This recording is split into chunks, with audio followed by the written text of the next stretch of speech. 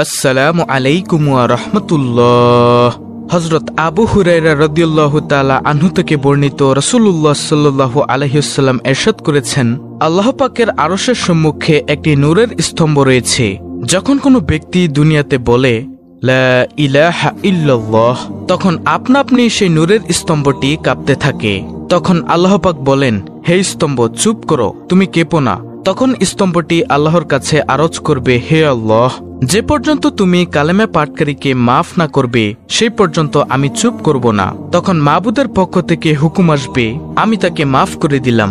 এই কথাটি শোনা মাত্রই স্তম্ভটি তার কম্পন থামিয়ে চুপ হয়ে যাবে। এই পবিত্র কালিমা সম্পর্কে আল্লাহ তাআলা কুরআনুল কারীমে ইরশাদ করেন, কালেমা তৈয়বার উদাহরণস্বরূপ যেমন একটি পবিত্র বৃক্ষ যার শিকড় জমিনের সঙ্গে সংযুক্ত আর উহার শাখা আকাশের দিকে, তদ্রূপ কালেমা তৈয়বা দুনিয়াতে আর উহার নূরের শাখাটি স্তম্ভস্বরূপ সপ্ত আকাশের উপর।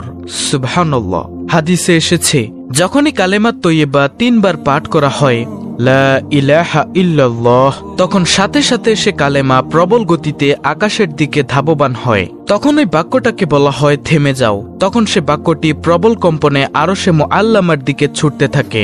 আল্লাহ পাক রব্বুল আলামিনের কাছে আরজ করে, হে আল্লাহ, আপনি সে ব্যক্তিকে ক্ষমা করে দিন যে একবার আমার নাম নিয়েছে। তখন আল্লাহ পাক বলেন যে যখনই লা ইলাহা ইল্লাল্লাহ পাঠ করবে, আমি আল্লাহ তার জন্য সাক্ষী হয়ে যাব, আমি তাকে ক্ষমা করে দিব।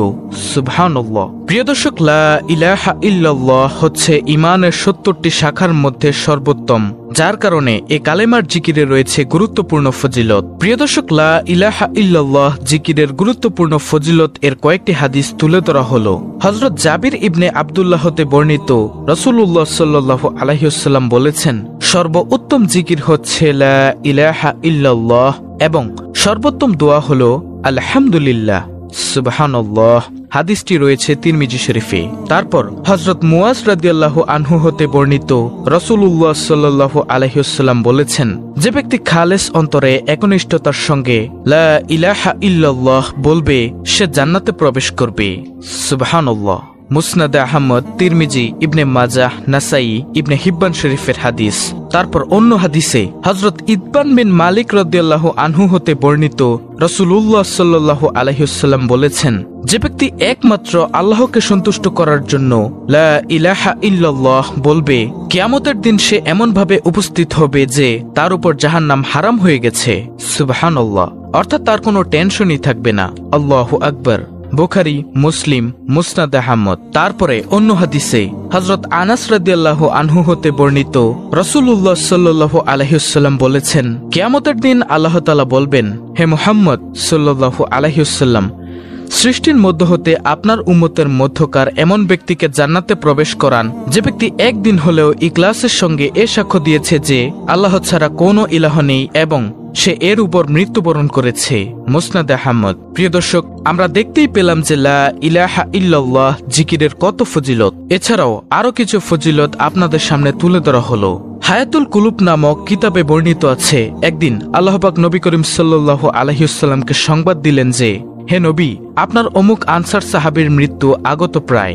এ সংবাদ শ্রবণ মাত্র নবী করিম সাল্লাল্লাহু আলাইহি ওয়াসাল্লাম অস্থির হয়ে সেখানে যে দেখতে পান যে বাস্তবেই তার মৃত্যু উপস্থিত হয়েছে। তখন নবী করিম সাল্লাল্লাহু আলাইহি ওয়াসাল্লাম উক্ত সাহাবীকে বললেন, পড়ো কালেমা লা ইলাহা ইল্লাল্লাহ মুহাম্মাদুর রাসূলুল্লাহ সাল্লাল্লাহু আলাইহি ওয়াসাল্লাম। সাহাবী বারবার চেষ্টা করার পরেও পড়তে পারলেন না। অবশেষে অন্যপায় হয়ে আপন আঙ্গুল ঊর্ধ্বে তুলে ইঙ্গিতে বললেন, হুজুর সাল্লাল্লাহু আলাইহি ওয়াসাল্লাম তার অবস্থা দেখে হেসে উঠলেন। অতঃপর তিনি আল্লাহ পাক রব্বুল আলামিনের দরবারে পৌঁছে গেলেন তার ইন্তেকালের পর উপস্থিত সাহাবীগণ আরজ করলেন, ইয়া রাসূলুল্লাহ সাল্লাল্লাহু আলাইহি ওয়াসাল্লাম, আমাদের প্রাণ আপনার পা মোবারকে উৎসর্গ হোক। আনসারীর এই করুণ মৃত্যুতে আপনার হাসার কারণ কি জানতে পারি? তখন হুজুর পাক সাল্লাল্লাহু আলাইহি ওয়াসাল্লাম বললেন, আমি যখন তাকে কালেমা শরীফ পাঠ করতে বলেছিলাম তখন সে আপন মুখে কালেমা শরীফ পাঠ করে উপস্থিত লোকগণকে সাক্ষী রাখতে না পারায় তার আঙ্গুল দ্বারা ইশারা করে আকাশের মালিক আল্লাহকে তার সাক্ষী করে রাখলেন। সুবহানাল্লাহ। যখন সে আকাশের দিকে আপন আঙ্গুলি উত্তোলন করল, তখনই আল্লাহ পাকের পক্ষ হতে সংবাদ হয়ে গেল, হে আমার ফেরেশতারা, তোমরা দেখো, যখন আমার বান্দার মুখ বন্ধ হয়ে গেল তখন সে আপন মুখে কালিমা শরীফ পড়ে কাউকে সাক্ষী করতে না পেরে সে আমার প্রতি দৃষ্টি করে আপন আঙ্গুলি দ্বারা আমাকে তার কালেমার সাক্ষী করে রাখলো। হে ফেরেশতারা, আমিও তোমাদেরকে সাক্ষী করে রাখলাম যে আমি আমার বান্দাকে মাফ করে দিলাম। সুবহানাল্লাহ। তখন হুজুর সাল্লাল্লাহু আলাইহি ওয়াসাল্লাম বললেন, হে আমার সাহাবাগণ, আনসারের এহেন অবস্থা দেখে আমি হেসেছিলাম, কারণ কত সৌভাগ্যবান এই সাহাবী যে তার নিজের কালেমার সাক্ষী পৃথিবীর কোনো মানুষ নয় বরং খুদ এই কালেমার হকদার আরশের মালিক আল্লাহ পাক রব্বুল আলামিনকে করে গিয়েছেন। সুবহানাল্লাহ। আবু সাঈদ খুদরি রাদিয়াল্লাহু তাআলা আনহু নবী করিম সাল্লাল্লাহু আলাইহি ওয়াসাল্লাম হতে বর্ণনা করেন, একদিন হযরত মুসা আলাইহিস সালাম আল্লাহ পাকের কাছে মোনাজাত করে বললেন, হে আমার মাবুদ, আমাকে এরূপ একটি কালেমা বা ইসমে আজম শিক্ষা দিন, যখন আপনাকে ডাকতে পারি তখন যেন কালেমার দ্বারাই ডাকতে পারি। তখন আল্লাহ পাক ইরশাদ করেন, হে মুসা, বলো তুমি লা ইলাহা ইল্লাল্লাহ এবং ইহার দ্বারাই আমাকে ডাকো। ইহা শুনে হযরত মুসা আলাইহিস সালাম দ্বিতীয়বার আরজ করলেন, হে বারে খোদা, লা ইলাহা ইল্লাল্লাহ এরূপ একটি সাধারণ কালেমা যা সমস্ত লোকেরাই বলে থাকে, এর মধ্যে আমার কি বৈশিষ্ট্য আছে?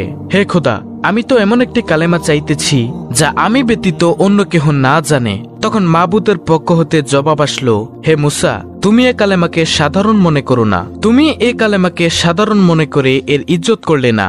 ইহা খাস হতে খাস একটি কালেমা।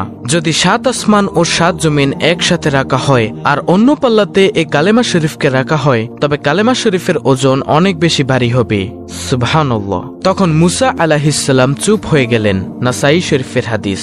প্রিয় দর্শক, দেখতে পেলেন এবং শুনতে পেলেন যে এই কালেমা শরীফের কত দাম। আল্লাহ তাআলা আমাদেরকে লা ইলাহা ইল্লাল্লাহু মুহাম্মাদুর রাসূলুল্লাহ সাল্লাল্লাহু আলাইহি ওয়াসাল্লাম বেশি বেশি পরিমাণে পাঠ করার তৌফিক দান করুক। হযরত উসমান রাদিয়াল্লাহু আনহু থেকে বর্ণিত রাসূলুল্লাহ সাল্লাল্লাহু আলাইহি ওয়াসাল্লাম বলেছেন, কোন ব্যক্তি যদি লা ইলাহা ইল্লাল্লাহ এর ঘোষণা দেয় এবং এর উপর মৃত্যুবরণ করে তবে সে জান্নাতে যাবে। সুবহানাল্লাহ। তা প্রিয় দর্শক, পরিশেষে আমরা পেলাম লা ইলাহা ইল্লাল্লাহ হলো ঈমানের চাবি। এই কালেমা পাঠ করলে ঈমান মজবুত হয়। যে ব্যক্তি কালেমা পাঠ করে মৃত্যুবরণ করবে ওই ব্যক্তি জান্নাতে যাবে। তাহলে আমরা অবশ্যই পাঠ করব লা ইলাহা ইল্লাল্লাহু মুহাম্মাদুর রাসূলুল্লাহ সাল্লাল্লাহু আলাইহি ওয়াসাল্লাম। আল্লাহ তাআলা আমাদেরকে এই কালেমার উপর অটল থাকার তৌফিক দান করুক এবং নবী সাল্লাল্লাহু আলাইহি ওয়াসাল্লামের প্রতি ভালোবাসা রাখার তৌফিক দান করুন। আমিন। প্রিয় দর্শক, ভিডিওটি ভালো লাগলে অবশ্যই ইসলামের আলো চ্যানেলটিকে সাবস্ক্রাইব করে বেল বাটন অল বাজিয়ে দিবেন। ভিডিওটিতে একটি লাইক দিবেন এবং কমেন্টে আমিন লিখবেন এবং অন্য মুসলিম ভাই বোনদের কাছে ভিডিওটি শেয়ার করে দিবেন যেন তারাও দেখে আমলটি করতে পারে।